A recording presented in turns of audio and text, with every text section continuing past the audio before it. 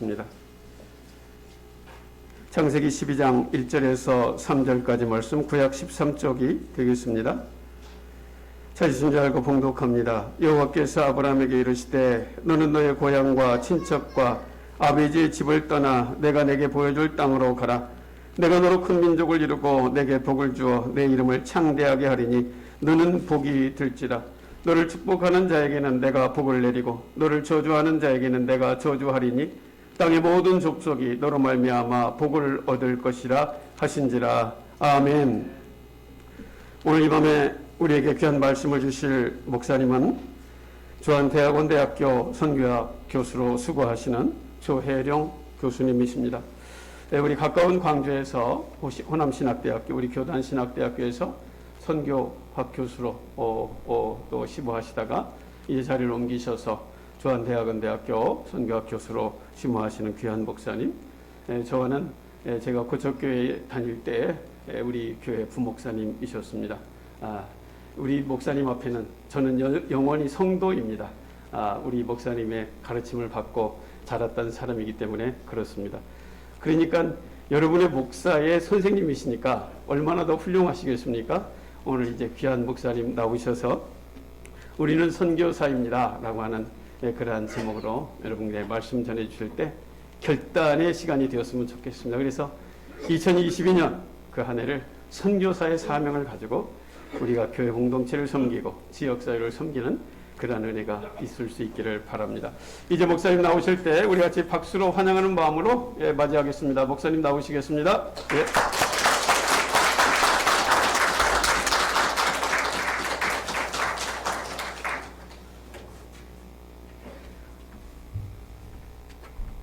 목사님 불편하시면 마이크를 네, 제가 벗고 하도록 하겠습니다.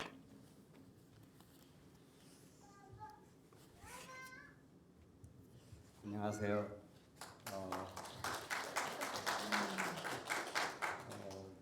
청산도에는 두 번째 방문입니다.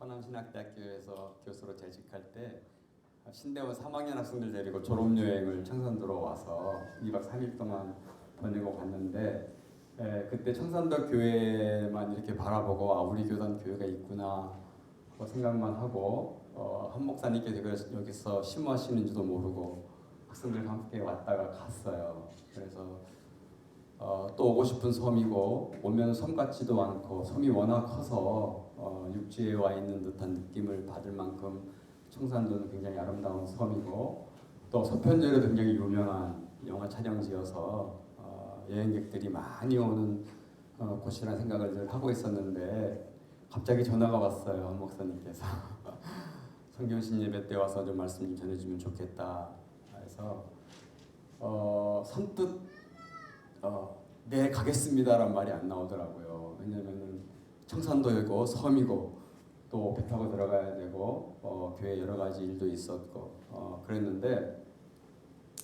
하나님이 저를 채찍했어요. 네 이놈 섬이라고 안 가느냐. 그래서 아니요 주님 제가 가겠습니다. 그래서 교회 일 다 마다하고 한 30분 정도 있다가 한 목사님께 전화 드려서 목사님 제가 목사님 뵈러 가겠습니다. 그리고 왔어요. 와서 제가 마음에 감동이 왔습니다. 밖에서만 봤던 교회와 안의 교회는 너무 달랐고 교회가 서울의 반듯한 교회 아주 건축이 잘 되어 있는 교회만큼 아름다운 교회이고 성장해 가고 있고 또 지역사회에서 선교하고 있는 교회로 우뚝 서가고 있는 모습 보면서 한 목사님과 교회 여러분이 얼마나 혼연일체가 되어서 하나님 나라 땅 가운데 일궈내고 있는 교회인가 하는 것을 처음 교회에 들어와서 느꼈습니다. 불러주셔서 너무 감사하고 안 왔더라면 후회할 뻔했고 여러분 만나서 너무 감사하고 부족한 종이 오늘 몇 분 동안 해야 될지는 모르겠지만 선교적 교회에 대한 강의를 하려고 해요. 사실은 이 강의를 목사님께 부탁을 받았을 때 참 많이 주저주저했어요. 이 교회의 성도님들의 이 연령대도 제가 잘 파악이 안 돼 있고 선교적 교회라고 하는 것은 신학교에서 학생들을 가르칠 때 교회론 가르칠 때 하는 그런 강의인데 도대체 어느 정도 어느 수준에서 이 강의를 시작해야 될지 막막하긴 했어요. 그러나 제가 최대한의 여러분에게 선교적 교회에 대한 이야기를 좀 풀어서 함께 은혜 받는 시간 되기를 바라고 강의 시작하도록 그렇게 하겠습니다. 감사합니다. 자, 오늘 한 목사님께서 읽어주신 창세기 12장 1절부터 이 3절의 메시지는 굉장히 중요한 구절입니다. 한 사람 아브라함의 삶이 등장하고 있고 아브라함을 통해서 성경의 역사가 새롭게 펼쳐지고 있는 장이 이 창세기 12장이에요. 근데 창세기 12장의 이 아브라함의 삶을 이해하려면은 창세기 1장부터 11장의 역사를 우리가 알아야만이 아브라함의 이야기를 풀어낼 수가 있어요. 그래서 제가 이 선교적 교회라고 하는 거를 보통 신학교에서 15주 동안 가르치거든요. 그래서 어떤 섹션을 가르쳐야 성도님들에게 흡족한 메시지가 될 수 있을까 고민을 되게 많이 했는데 선교적 교회의 포괄적인 이야기를 다 할 수는 없고 예를 들어서 목사님들만 모시고 강의를 하게 되어지면 선교적 교회 역사적인 이야기들, 선교적 교회에 어떻게 출현하게 되어졌고 그 출현 역사적인 배경들, 그 배경 속에서 선교 신학적으로 굉장히 많은 논쟁들이 있었다는 이야기를 제가 다 풀어낼 수 있지만 오늘 그 이야기는 여러분에게 너무 어려운 이야기일 것 같다는 생각이 들어서 이 성경에 나와 있는 메시지를 가지고 선교적 교회의 중요한 핵심 세 가지가 있어요. 그 뭐냐면 하나님, 그리고 교회인 하나님의 백성, 세상. 이 세 가지가 선교적 교회의 뼈대인데 그 하나님과 세상과 그리고 교회라고 일컫는 하나님의 선교적 백성의 삶에 대한 이야기를 오늘 이 성경을 통해서 여러분과 함께 말씀을 좀 나누려고 합니다. 오늘 제가 여러분과 나누려고 한 주제는 선교의 주체이신 하나님, 그 다음에 선교적 백성, 세상, 이 세 가지의 이야기를 함께 여러분과 주어진 시간 동안 말씀을 나누어 보려고 합니다. 자, 우선 아까 한 목사님께서 읽어주신 창세기 12장 1절부터 3절을 우리가 이해하려면은 창세기 1장부터 11장까지의 중요한 역사를 아셔야 합니다. 근데 우리가 늘 성경 암송 대회 하게 되면 창세기 1장 1절 외워봐 그러면 태초에 하나님이 천지를 창조하시니라 너무 명료하게 잘 외워요. 근데 너무 잘 외우기 때문에 그 안에 담겨져 있는 신앙의 의미나 신학적인 의미를 전혀 모른다는 거예요. 근데 우리나라 말은 태초에 하나님의 천지를 창조하시니라 문법적으로 아무 문제가 없어요. 근데 영어 성경에 보면 In the beginning God created heaven and earth 이렇게 되어 있어요. 보통 히브리어에서 제일 중요한 단어를 제일 먼저 기록하고 별로 의미가 없는 단어를 제일 마지막에 기록하는 것이 이 히브리 사람들의 문법이에요. 그런데 이걸 영어 성경을 읽어보면은 In the beginning God created heaven and earth. 태초에 하나님이 하늘과 땅을 지으셨다. 이렇게 성경의 구조가 되어 있다는 거죠. 그러면은 이걸 우리가 보통 영어 성경이나 아니면은 히브리어로 문법을 고쳐보면은 God created heaven and earth in the beginning. 이렇게 하나님이 하늘과 땅을 지어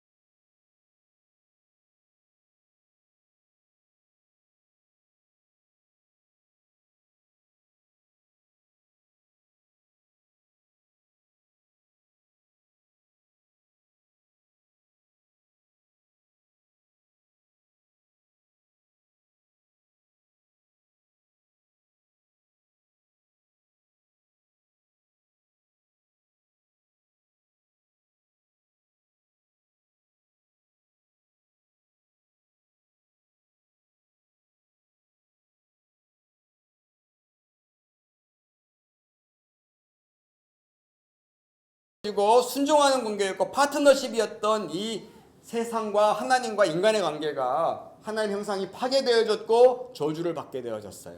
그리고 또 땅이 저주를 받고 죄를 짓게 되어지는 일이 창세기 3장 4장에서 계속해서 일어나게 되는 것입니다. 그리고 인간과 피조 세계가 원수 관계가 되어져 버렸어요. 아담 너는 종신토록 일을 해야만 소산을 먹을 것이다. 하와 너는 해산의 고통이 더해지리라. 땅에게 저주를 하나님께서 너는 가시와 엉겅퀴를 낼 것이다 라고 하는 이 저주를 받게 되어짐으로 말미암아 그 죄의 결과에 대한 하나님의 이 창조 세계의 파괴의 모습을 아담의 삶을 통해서 드러내신 것입니다. 자, 여기서 끝나면 얼마나 좋았을까요? 근데 창세기 6장에 보니까 또 한 번의 엄청난 범죄가 이루어지게 돼요. 죄가 계속해서 점진적으로 관영하게 됐어요. 창세기 6장 6절에 보면은요, 사람을 지으심을 하나님이 후회하셨다 그렇게 표현해요. 이건 옛날 성경에 이렇게 표현됐어요. 개역 개정판이 뭐라고 나왔냐면요, 하나님이 사람을 지으심을 한탄하셨다. 한탄하는 건 목 놓아 우시는 장면이에요. 하나님이 사람을 지으신 것을 목 놓아 우셨다라고 하는 대목이 창세기 6장에 나옵니다. 하나님의 아들들과 사람의 딸들이 결혼하게 되어지고 동성연애가 이루어지게 되어지고 성행위가 이루어지게 되어지고 온갖 죄악들이 창세기 6장에서 관영하게 되어진 것입니다. 창세기 7장에서 하나님께서 노아를 통해서 세상을 심판하고 있는 사실을 우리가 창세기 7장을 통해서 발견할 수가 있어요. 하나님이 노아의 가족만 보존하셨습니다.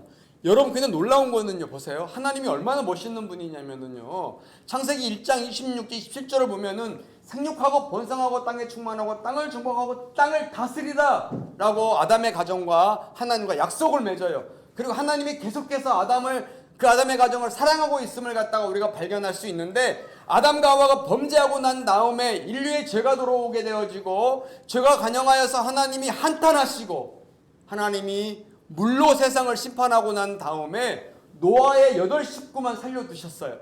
그리고서는 그 노아와 어떤 언약을 맺냐면 아담과 하와와 맺었던 언약을 똑같이 맺습니다. 생육하고 번성하고 땅에 충만하고 땅을 정복하고 땅을 다스리라 라고 말하고 있어요.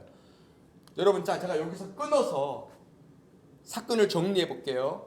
분명히 창세기 1장 1절에서 태초에 하나님이 천지를 창조하셨다 해서 인간의 역사 안으로 찾아오신 하나님을 우리가 발견할 수 있어요.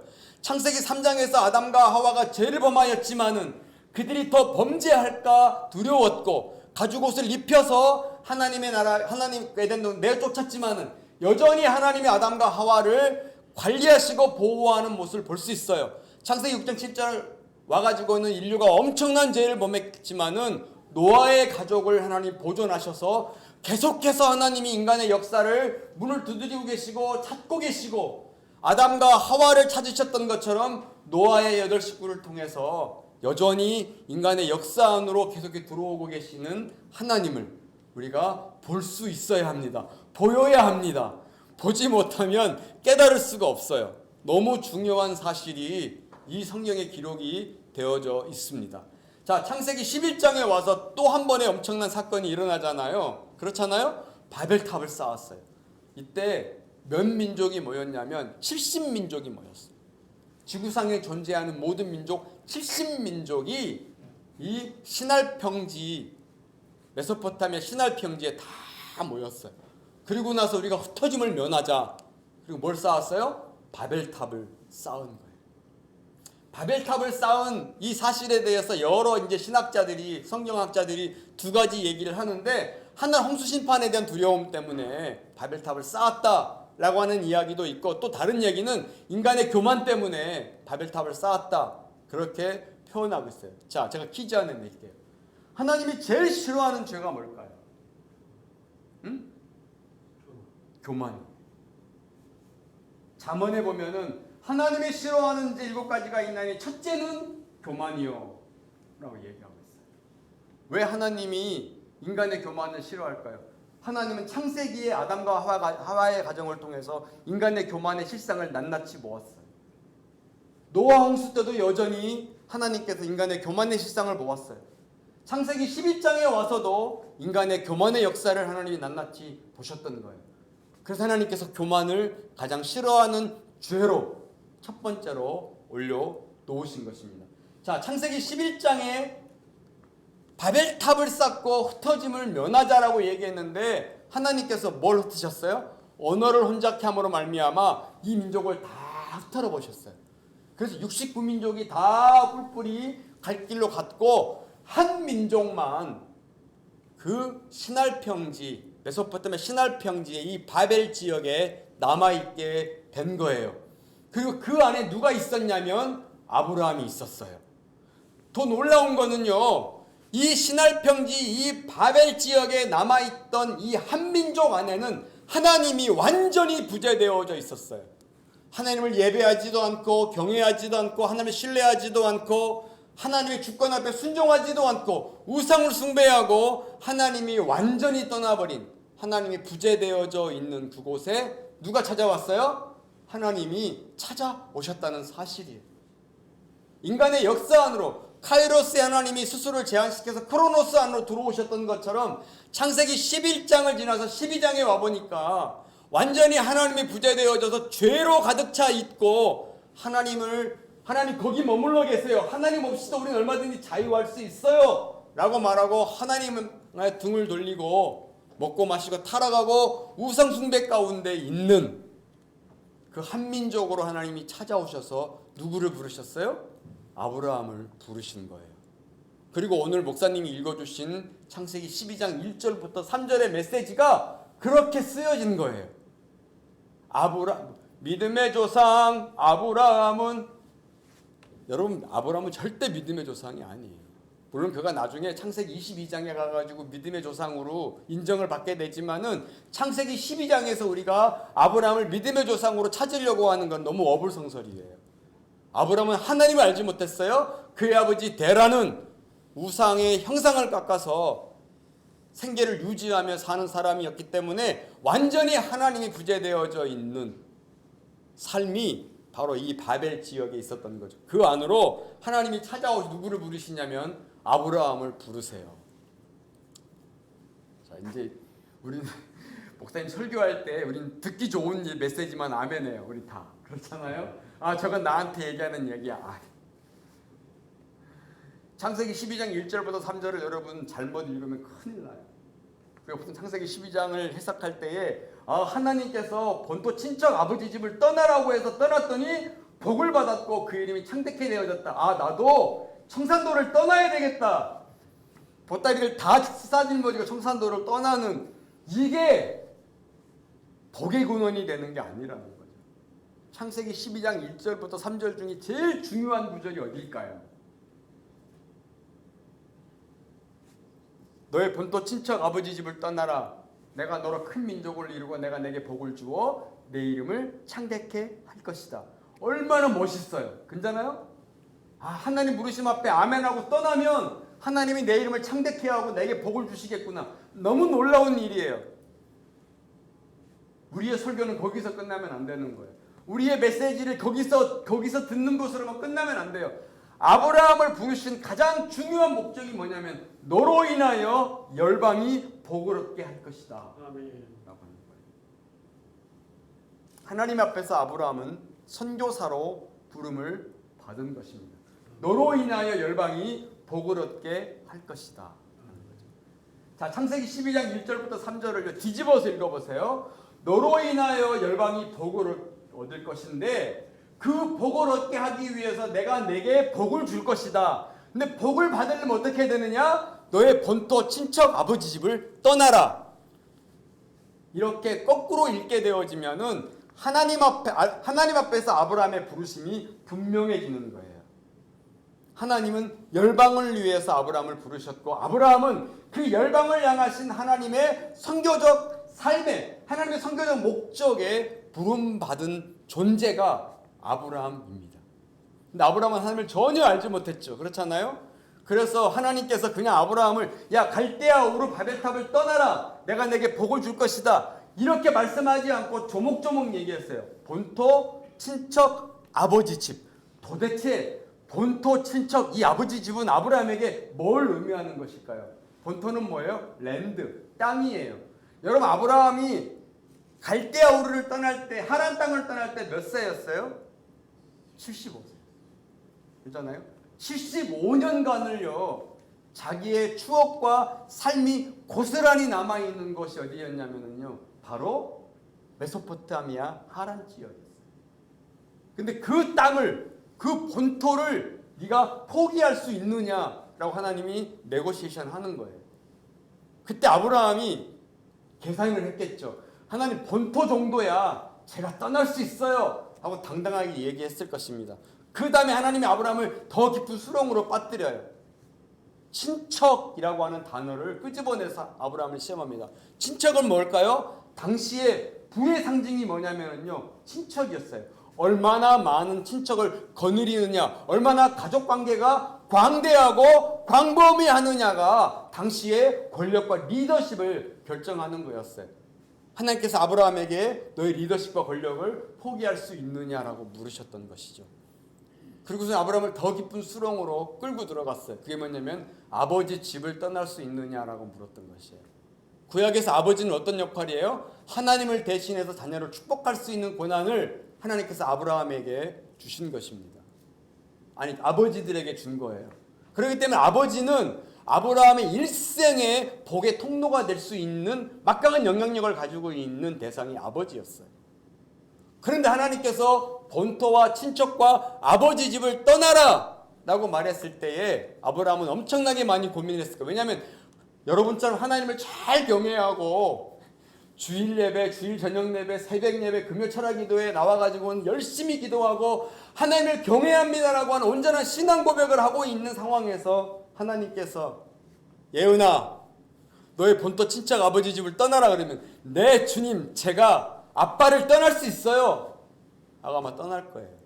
그런데 아브라함은 하나님을 전혀 알지 못하는 상황에서의 하나님의 콜링에 굉장히 혼란스러웠던 것이죠. 그 사실을 누구한테 얘기를 해요? 아버지한테 얘기하는 거예요.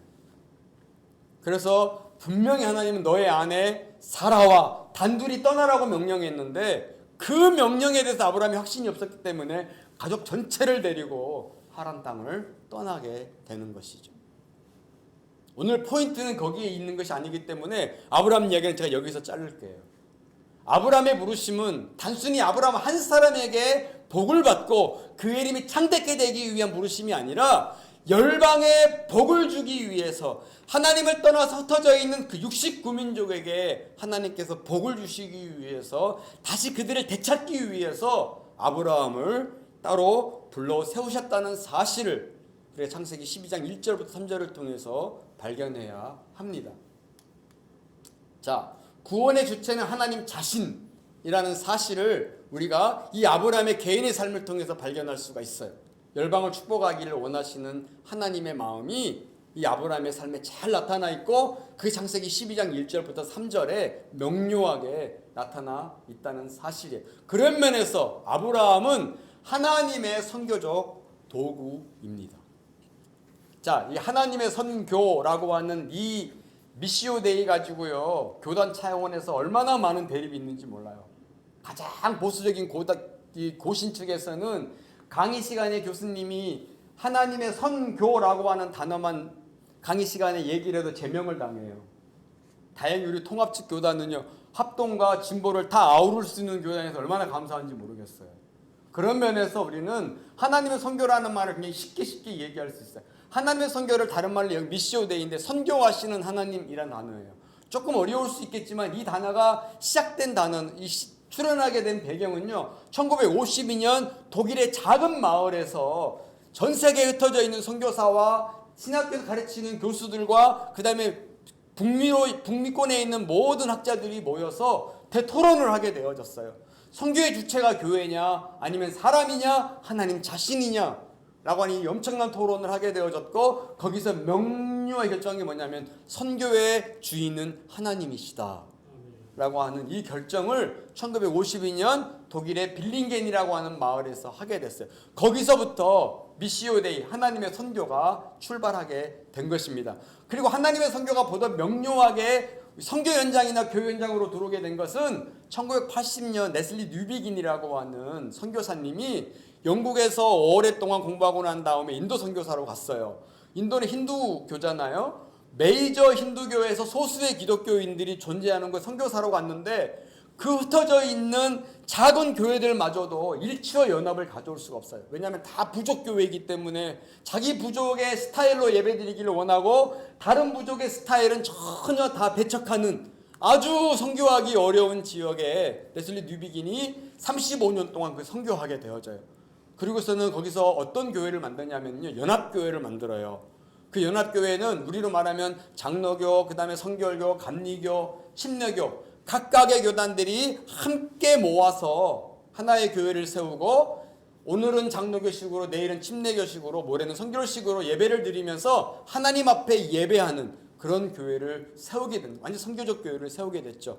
그리고 나서 자기를 35년 전에 파송했던 영국은 10명 중에 단 한 명도 다른 크리스찬이 무신론자도 없었고 다른 종교를 섬기는 사람들이 한 사람도 없는 완벽한 기독교 국가였어요. 근데 35년이 지나서 영국에서 돌아와서 보니까 한 사람만 기독교인이고 나머지 9사람은 이미 예수를 버렸거나 아니면 다른 종교로 개종해버린 그 사회로 바뀌게 된 거예요. 한마디로 비기독교 사회로 바뀌게 됐어요.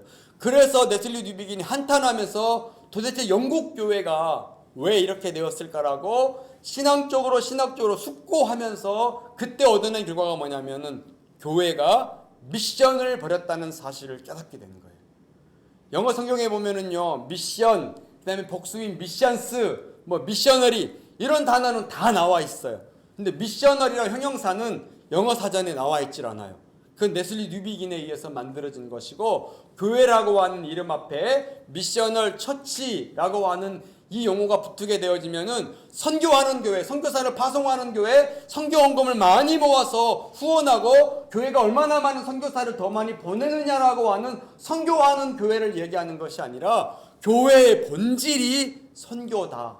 하나님이 땅 가운데 교회를 세우신 가장 근본적인 목적은 선교에 있고 교회가 존재하는 이유는 바로 하나님의 선교를 위해서 존재한다라고 하는 이 존재론적인 의미가 미셔널이라고 하는 단어에 포함되어져 있고 그게 미셔널 처치라고 하는 단어로 역사의 무대에 등장하게 됐어요.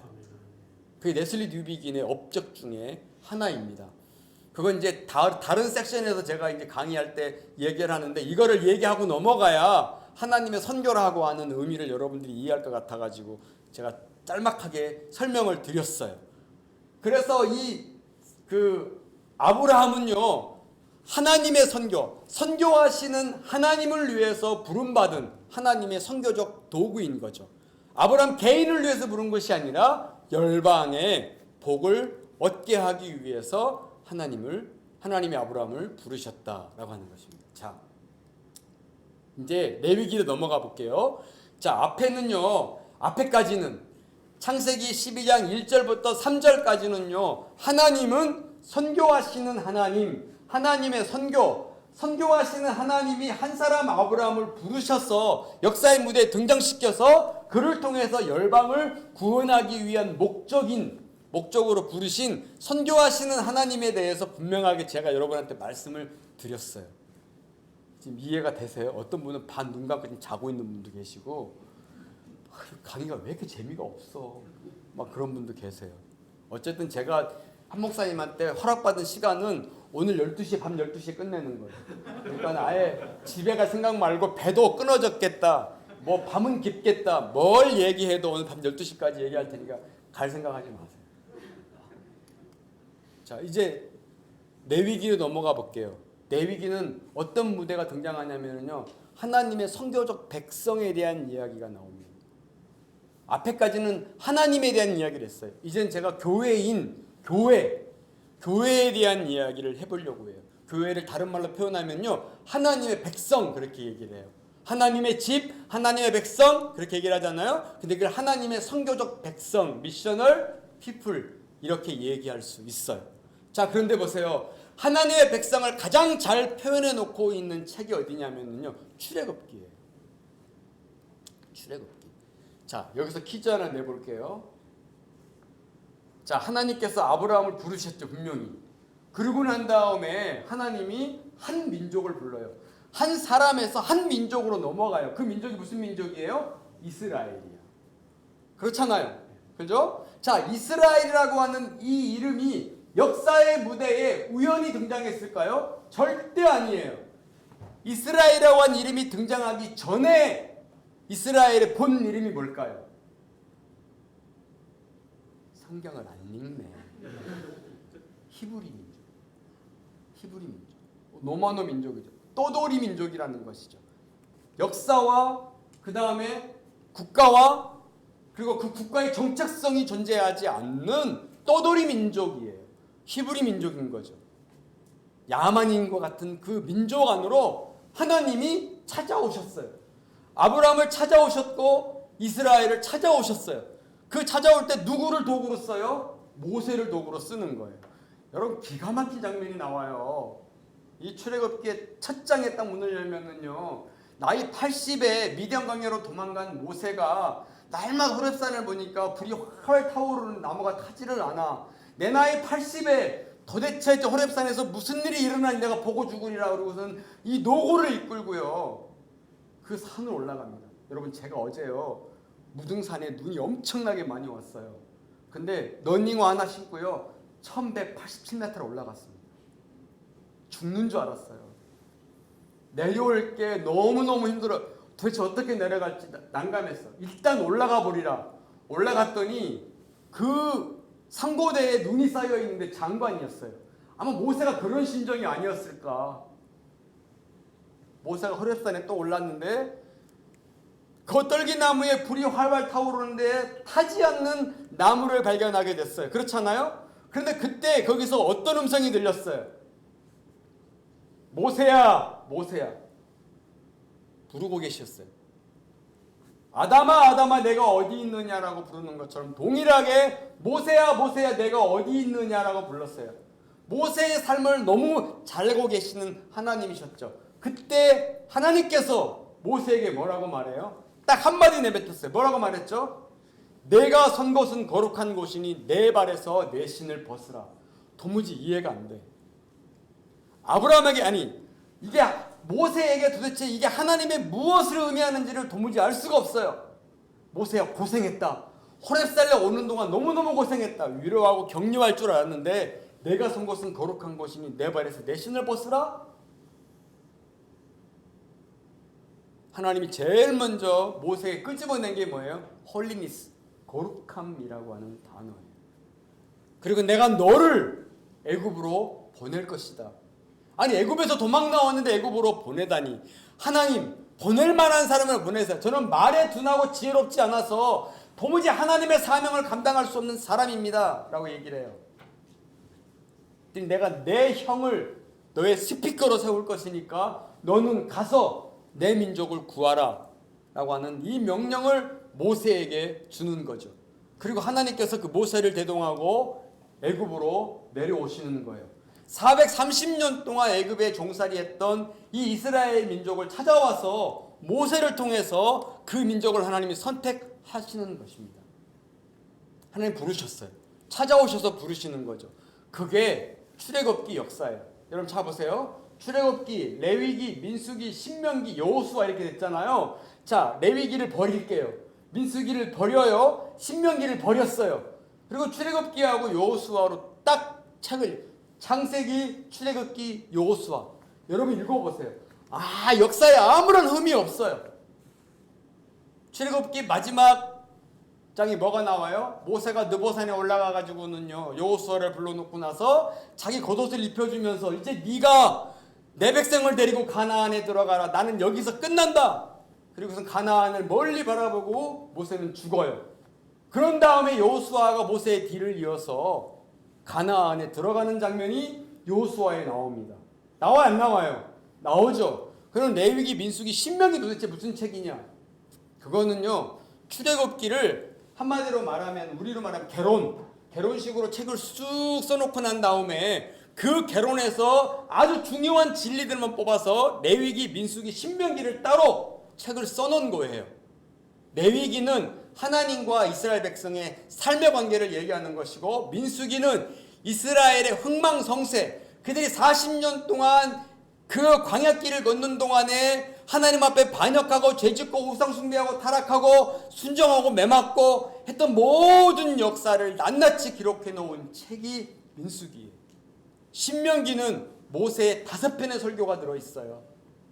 그리고선 이스라엘 백성들을 불러놓고 너희가 가나안에 들어가거든 애굽 땅에서 너희를 구해냈던 하나님을 기억하라. 40년 광야길을 걷는 동안에 메추라기와 만나와 그리고 반석에서 물을 내게 하셨던 그 하나님을 기억하고 하나님만 섬길 것을 약속하라 라고 하는 내용이 신명기에 나오는 책입니다.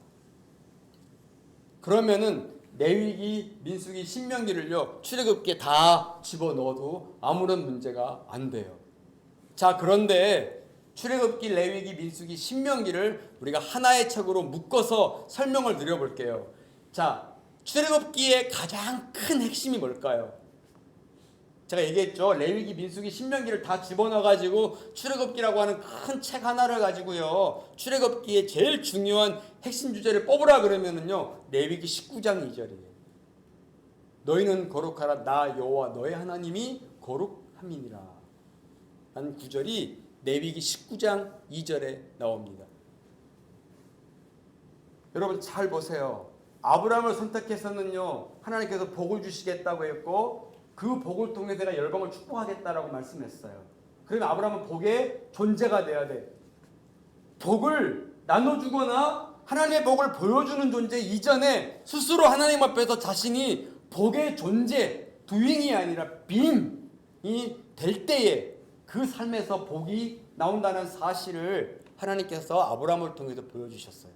자, 이게 출애굽기로 넘어와서 보니까 하나님이 이스라엘 백성들을 아브라함처럼 열방을 구원하기 위한 민족으로 부르셨음을요 우리가 예를 들어서 애언서라든지 소애언서라든지 아니면은 왕들의 이야기를 쭉 읽어보게 되면 이스라엘 너희를 통해서 열방이 돌아올 것이라, 이스라엘 너희의 진노, 하나님의 진노를 보면서 열방이 회개하고 돌아올 것이다 라고 하는 것에 대한 구구절절의 말씀들이 기록이 되어 있어요. 어쨌든 이스라엘은 열방에 구원하기 위한 하나님의 구원의 도구로 선택되었음을 우리가 구약의 모든 역사를 통해서 볼 수가 있어요.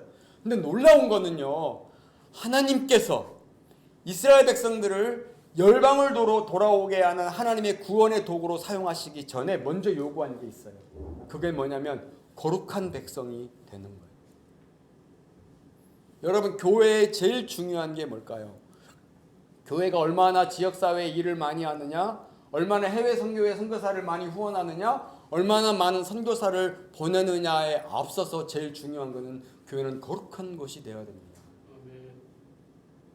하나님 보시기에 거룩한 교회, 하나님의 임재가 있고 하나님과의 만남이 있고 하나님이 그 예배를 받으실 만큼 역사가 이루어지는 그 거룩한 교회로 존재할 때에 거기서 선교가 시작되어지는 거예요. 여기서는 뭔가 좀 아멘이 나오고 붕해처럼 아멘 이런 얘기가 나와야 되는데 뭐요 지금 다 마음속으로 아멘 하고 있는 거죠 지금. 네, 아이고 감사합니다.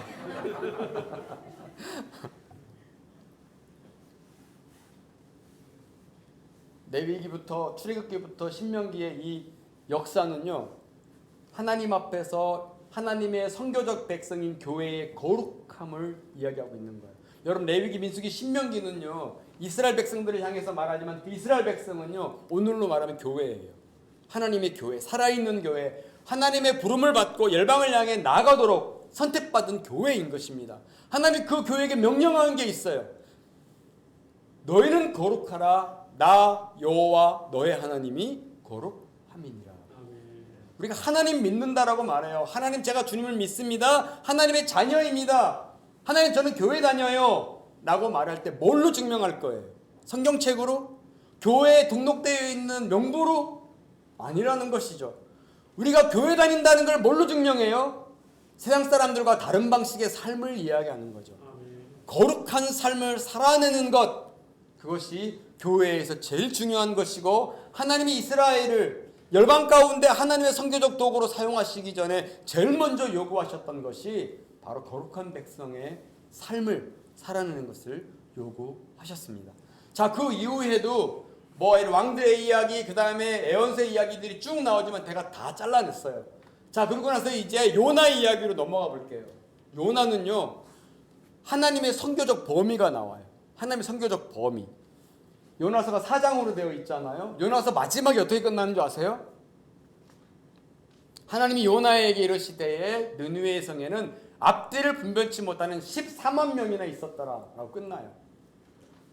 앞뒤를 분별치 못하는 14만 명이라고 하는 거는요, 하나님이 완전히 부재되어져 있는 사람 14만 명을 가리키는 거예요. 느느웨와 이스라엘은요, 적국이었어요. 그 적국이란 단순히 왼수관계가 아니라 오랜 시간 동안 전쟁을 해가지고 느느웨 사람들이 이스라엘 사람들을 엄청나게 많이 학살하고 죽였던 민족이 느느웨 백성이었어요. 근데 어느 날 하나님이 요나를 부르셨어요. 요나야, 내가 너로 느느웨로 보낼 것이다. 모세가 하나님 보낼 만한 사람을 보내소서라고 말했던 것처럼 요나도 똑같이 하나님 가기 싫어요. 내가 거기 왜 갑니까? 하나님 차라리 다른 사람 보내세요. 전 안 가요. 아니, 우리나라하고 몇백 년 동안 오랜 원수관계에 있었던, 몇 분까지 하면 되죠? 아, 큰일 났네. 반에 끝내면 될까요? 큰일 났네. 자, 이렇게 해서 이제 요나는요, 요나의 4장으로 넘어오게 되어지면은 하나님의 선교의 범위가 나와요. 하나님을 알지 못하는 그 범위까지 하나님의 선교가 미치는 영역이 이 요나서에 나오는 것이죠. 제가 빨리빨리 할게요. 아유. 자, 이제 세상에 대한 이야기를 좀 해볼게요. 하나님의 선교적 대상인 세상이 나와요.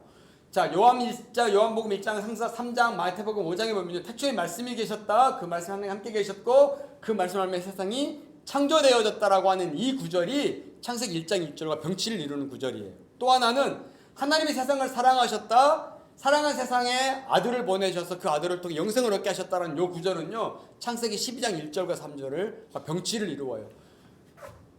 창세기에서는 복을 얘기했지만요, 요한복음에서는 세상에 하나님 영생이란 단어로 그 복을 달리 해석하고 있는 걸 볼 수가 있어요. 마음이 급해졌어 제가 지금. 자, 요한이 또 그 너희는 세상의 소금의 빛이다라는 단어가 마태복음 5장에 나오잖아요. 이 이야기는 출애굽기 19장 5절부터 6절의 내용과 병치를 이루고 있어요. 보면은 세상이 다 내게 속하였나니 너희는 모든 민족 중에 내 소유가 되겠고 제사장 나라가 되며 거룩한 백성이 될 것이다 라고 말을 해요. 세상을 위한 제사장 나라와 거룩한 백성이 되는 것, 그것이 이스라엘의 부르심의 중요한 요소 중 하나였습니다. 자, 하나님의 선교의 범위로서 열방이 분명히 나와요. 창조주 하나님, 세상을 축복하시길 원하시는 구약의 메시지가 나오는 방면에 신약은 세상을 사랑하시고 영생을 주고 계신 하나님이 나오는 거죠. 잘 보세요. 시간이 가도 제가 그만하겠다고 끝내는 거예요. 자, 봐봐요. 태초 하나님이 세상을 창조했어요. 그렇죠?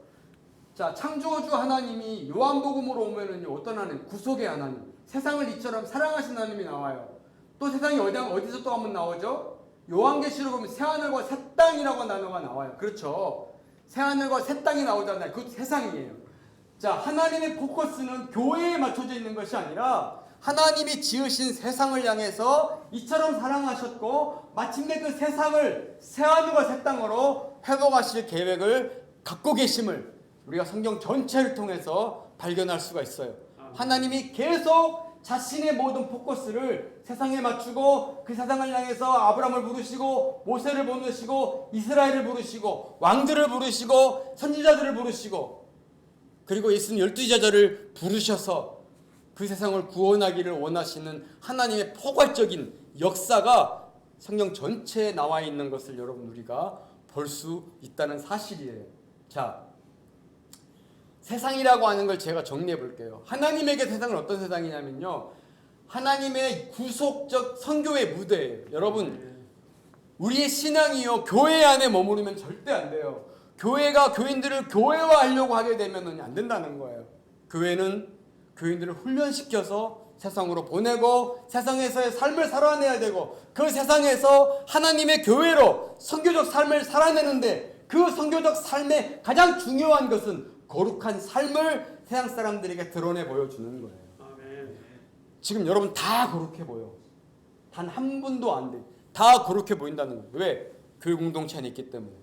근데 우리가 이 청산도에 돌아다니거나 완도를 돌아다니거나 아니 육지에 나가 돌아다니면서 교회에서 예배하는 것만큼 하나님을 경외하는 것만큼 동일하게 삶을 살아갈 때에 그게 미셔널 처치가 되는 거예요.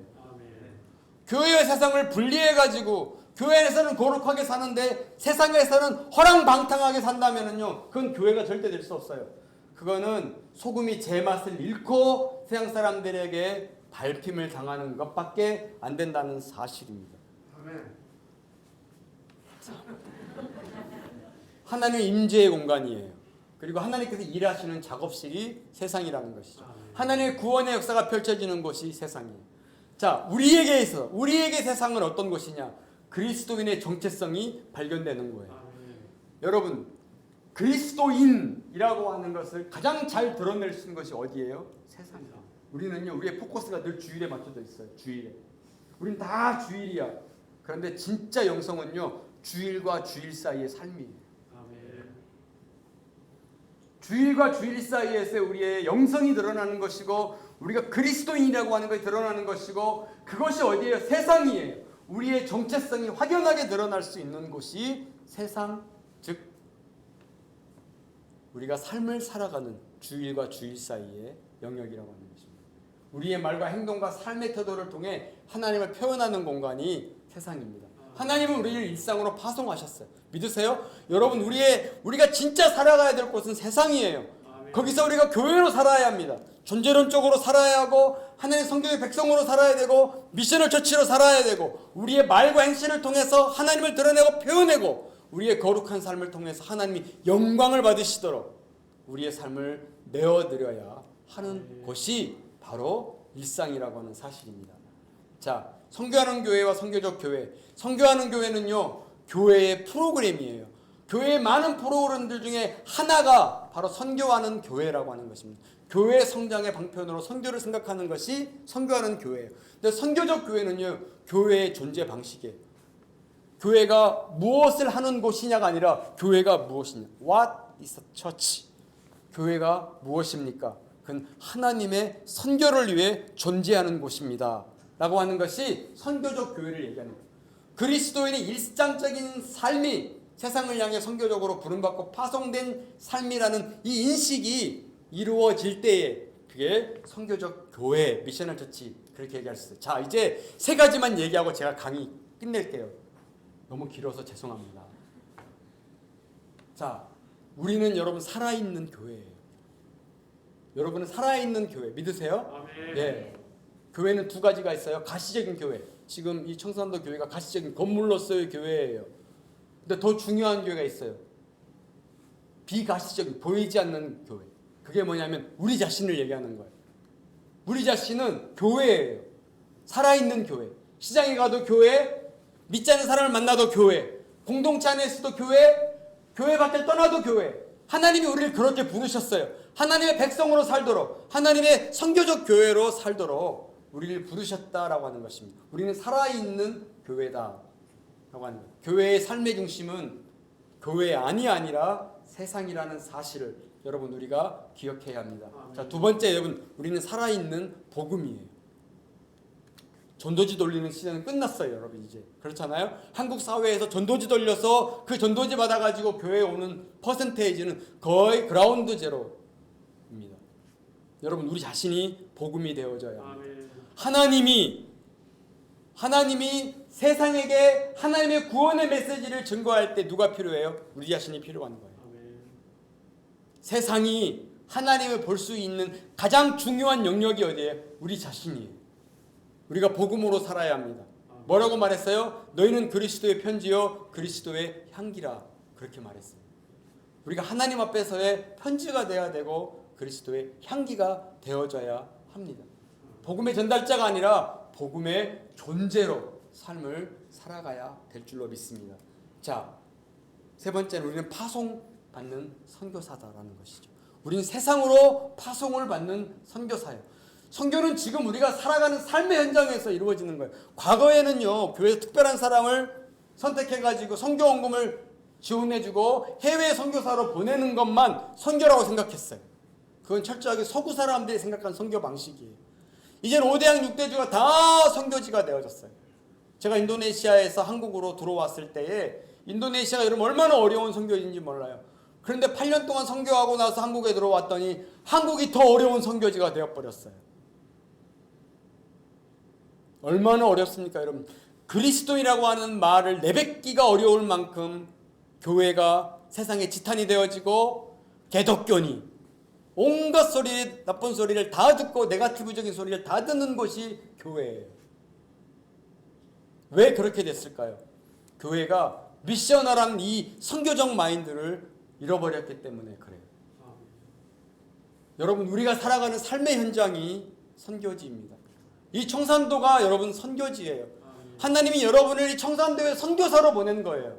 여러분, 한 사람 한 사람이 목사님만 교회의 목사님이 아니라 여러분의 직장에서 선교사인 것입니다. 여러분의 회사에서 선교사인 거, 여러분의 일터에서 하나님이 선교사로 살아가도록 부르신 것입니다. 우리의 각자의 잠만, 일만 다를 뿐이라는 사실이에요. 그런 거로 우리의 본질적 정체성은 파송을 받는 선교사다. 하나님이 우리를 세상으로 파송하셨고 우리의 삶의 정체성은 그 세상에서 드러나야 되는 것이고 그곳에서 어떤 삶을 살아내느냐가 바로 교회의 교회다움을 드러낼 수 있는 제일 중요한 이유라는 사실을 우리가 잊지 말아야 합니다. 자, 결론이에요. 교회의 본질은 선교입니다. 선교의 주체는 하나님 자신이에요. 그러면 우리는 하나님의 선교적 백성입니다. 선교적 백성이 서 있어야 될 자리는 교회가 아니라 세상이에요. 여러분, 주일날은요, 세상에서 우리가 살았던 삶을 다 함께 모여서 하나님 앞에 보고하면서 축제하는 거예요. 예배하며 축제하는 거예요. 우리의 신앙이 교회 안에만 가둬져 있으면 안 돼요, 여러분요. 내 신앙을 자꾸 교회 안에만 가둬놓고 교회화하려고 하면 안 돼요. 교회는 주일날 세상에서 승리하며 하나님의 선교를 이뤄냈던 것들을 함께 간증하면서 말씀을 통해서 축제하고 예배하는 공간이 교회인 것입니다. 우리가 서 있어야 될 삶의 자리는 바로 교회가 아니라 세상이라는 사실을 기억해야 합니다. 일상의 삶 안에서 통전적인 삶을 살아야 하고 안으로는 하나님을 예배하고 서로 사랑하며 밖으로는 하나님의 선교를 실천할 수 있는 그 삶이 오늘 이 교회 가운데 가득하시기를 주의 이름으로 축원합니다. 선교적 교회는 얼마나 많은 일을 하느냐가 아니라 어떤 존재로 삶을 살 수 있느냐. 이 청산도에서 청산도 교회가 어떠한 존재로 어떠한 방식으로 하나님 마음을 흡족해 줄 수 있는 삶을 살아낼 수 있느냐. 그게 선교적 교회의 제일 중요한 본질이라는 사실을 기억하면서 저의 강의를 마치도록 하겠습니다. 감사합니다. 너무 죄송합니다.